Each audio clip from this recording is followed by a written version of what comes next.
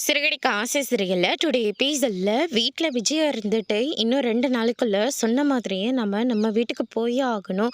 இங்கே இருந்துட்டு வரவங்க போகிறவங்க கிட்டலாம் என்னால் அவமானப்பட்டுக்கிட்டு இருக்க முடியாது அப்படின்னு சொல்லிட்டு விஜயா வந்து சொல்லிடுறாங்க.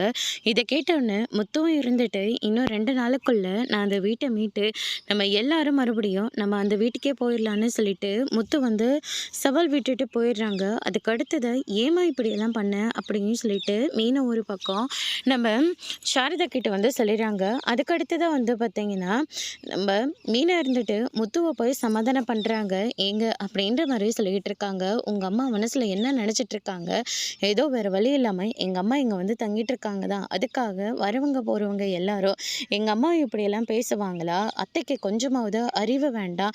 யாராச்சும் குடும்ப விஷயத்த போயிட்டு பொது இடத்துல பேசிகிட்டு இருப்பாங்களா? எங்கள் அம்மா எத்தனையோ நாள் நம்ம வீட்டுக்கு வந்திருக்காங்க, ஒரு நாள் ஆச்சும் உங்கள் அம்மா எங்கள் அம்மாவுக்கு மரியாதை கொடுத்து பேசியிருப்பாங்களா? கிடையவே கிடையாதே. அந்த இதில் தான் யார்கிட்டயே ஏதோ ஒன்று சொல்ல போய் அவங்க இங்கே மாற்றி வந்து இப்படியெல்லாம் பேசிட்டு போயிருக்காங்க. அதுக்கும் என் அம்மாவுக்கும் என்ன சம்மதம்? எங்கள் அம்மா பேசினது தப்பாக கூட இருக்கட்டும், ஆனால் உங்கள் அம்மா பண்ணதெல்லாம் சரியா? இல்லை உங்கள் அம்மா தான் என்னை ஒரு நாள் ஆச்சும் ஒரு வீட்டு மருமகன்ற ஸ்தானத்தில் என்னைக்காவது என்னை நடத்தியிருப்பாங்களே? எப்போவுமே அந்த வீட்டு வேலைக்காரியை தானே உங்கள் அம்மா என்னை நடத்தியிருக்காங்க, சொல்லுங்க அப்படின்னு சொல்லிட்டு மீனா வந்து சொல்லவும், ஆனால் நான் என்னைக்காவது உங்களை மரியாதை இல்லாமல் நடத்தியிருக்கேனா? இல்லையே. அவ்வளோ மரியாதையும் நான் உங்களுக்கு கொடுக்க தானே செய்கிறேன். அதை விட்டுட்டு இவங்க எல்லாருக்கிட்டேயும் என் அம்மாவை பற்றி தப்பாக பேசியிருக்காங்க. பார்க்குறவங்கள என் அம்மாவை என்ன மாதிரி பார்ப்பாங்க அப்படின்ற மாதிரி சொல்லிடுறாங்க. என் அம்மா பண்ணது தப்புன்னு நான் சொல்லிட்டேன்ல, ஆனால் உங்கள் அம்மா பண்ணது என்றைக்குமே சரியாயிட முடியாதே. ஏன் உங்கள் அம்மாவை எங்கே வச்சு நானும் எங்கள் அம்மாவும் அவமானப்படுத்த எத்தனையோ விஷயங்கள் இருக்குது.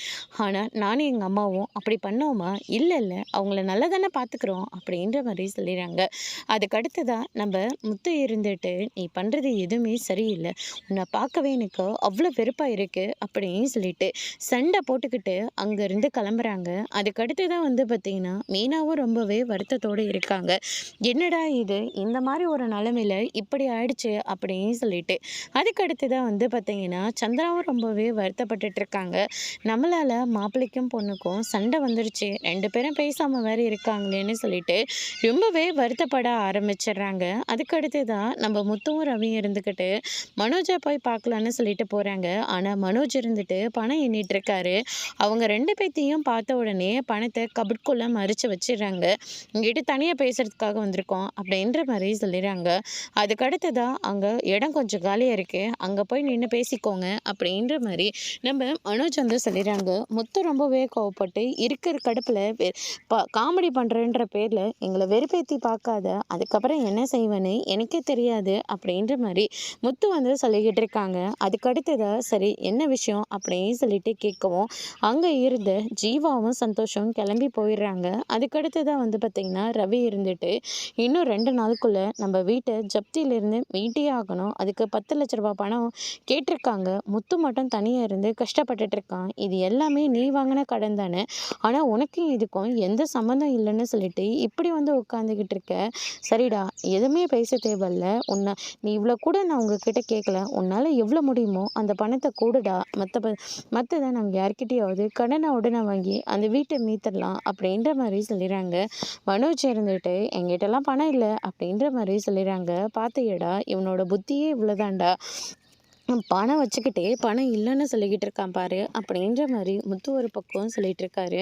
அதுக்கு அடுத்ததாக மனோஜ் இருந்துட்டு அந்த வீட்டை மீட்டா என்ன, மீட்காமல் போனேன் எனக்கு என்ன வந்தது, அந்த வீட்டில் எனக்கு ஷேர் இல்லைன்னு சொல்லிட்டு அதான் அப்பா சொல்லிட்டாருல்ல, அந்த வீடு ஜப்திலே போனாலையும் அதை பற்றி எனக்கு எந்த கவலையும் இல்லை அப்படின்ற மாதிரி சொல்லிடுறாங்க. நம்ம அப்பா நம்ம 3 பேரும் அந்த வீட்டில் சந்தோஷமாக வாழணும் தான் என்றைக்குமே நினச்சிருக்காரு. அன்றைக்கி அப்பா கோவத்தில் அந்த மாதிரி ஒரு வார்த்தையை விட்டுட்டாரு. அதுக்காக அதையே பிடிச்சிட்டு பேசிட்டு இருந்தா எதுக்காவது பிரயோஜனமா? தயவு செஞ்சு வீட்டை மீட்கிறதுக்கு உன்னால் முடிஞ்ச ஷேரை கொடுடா அப்படின்னு சொல்லிட்டு கேட்குறாங்க. ஆனால் நம்ம மனோஜ் இருந்துட்டு சரி அந்த வீட்டில் எனக்கும் ஷேர் இருக்குன்னு சொல்லி அப்பாவை ஒரு பேப்பரில் சைன் போட்டு கொடுக்க சொல்லு அப்படின்ற மாதிரி சொல்லிடுறாங்க.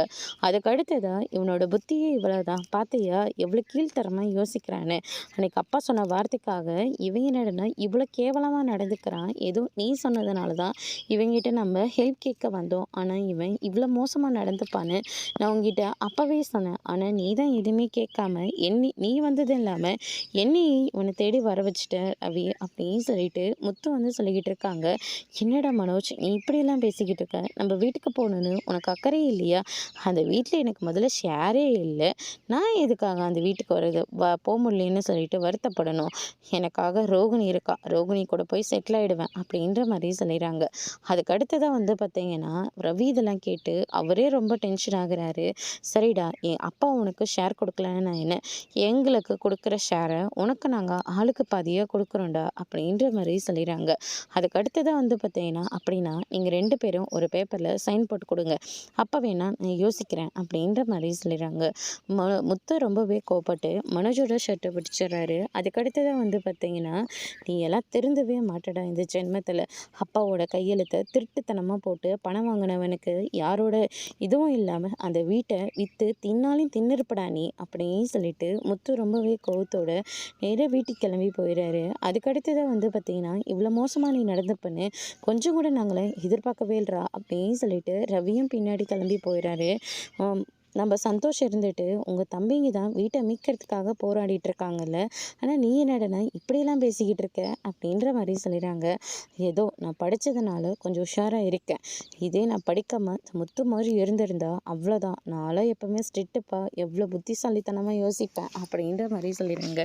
2 வருஷமாக இவன் பொண்டாட்டி இவனை ஏமாத்திட்டு இருக்கா, அதே இவனால் கண்டுபிடிக்க முடியலையா, இதில் இவன் புத்திசாலின்னு வேறு பெருமை பேசிக்கிட்டு இருக்கான் அப்படின்னு சொல்லிட்டு நம்ம சந்தோஷம் ஒரு பக்கம் செம்ம கடுப்பாகிறாரு. அதுக்கடுத்து தான் வந்து பார்த்திங்கன்னா இந்த சைடு நம்ம மீனா இருந்துட்டு சத்யாவை பார்க்கறதுக்காக வராங்க.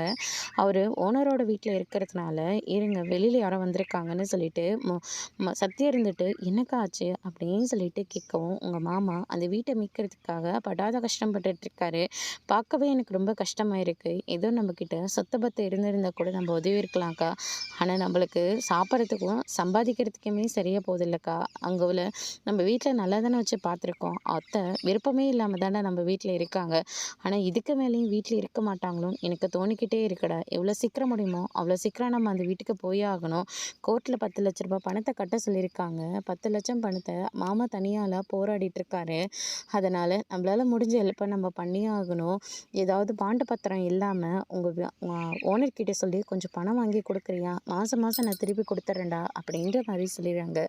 எந்த ஒரு இதுவும் இல்லாமல் பணம் தரமாட்டாங்கக்கா, சரி நான் எதுக்கும் கேட்டு பார்க்குறேன்னு சொல்லிட்டு நம்ம சத்யா வந்து சொல்லிடுறாரு. அதுக்கடுத்து தான் மூர்த்தி இருந்துட்டு யார் வந்தாங்க அப்படின்னு சொல்லிட்டு கேட்கவும் அவங்க உன்னுடைய அக்கா தானே, ஆமாம் சார் அவங்க என்னுடைய அக்கா தான், எங்கள் அக்காவோட வீடு கொஞ்சம் பிரச்சனையில் இருக்குது, அதனால் கோர்ட்டில் 10 லட்ச ரூபாய் பணத்தை கட்ட சொல்லியிருக்காங்க, அந்த 10 லட்ச ரூபா கேட்கறதுக்காக தான் வந்திருக்காங்க, முடிஞ்சதை நீங்களும் தந்தா எங்களுக்கு ரொம்ப உதவியாக இருக்கும், உன்னால தான் இந்த ஆஃபீஸும் டெவலப்மெண்ட் ஆகிருக்கு, சரி நான் யோசிக்கிறேன் அப்படின்ற மாதிரி சொல்லிடுறாங்க. ரேகா வச்சு தான் இந்த பணத்தையே அவர் தரப்போகிறாரு. அதுக்கு அடுத்ததான் இந்த சைடு வந்து பார்த்திங்கன்னா முத்துவும் வீட்டுக்கு வந்துடுறாங்க. சந்திரா வந்து என்னால் தான் நீயும் மாப்பிள்ளையும் பேசாமல் இருக்கீங்கள அப்படின்ற மாதிரி சொல்லிடுறாங்க.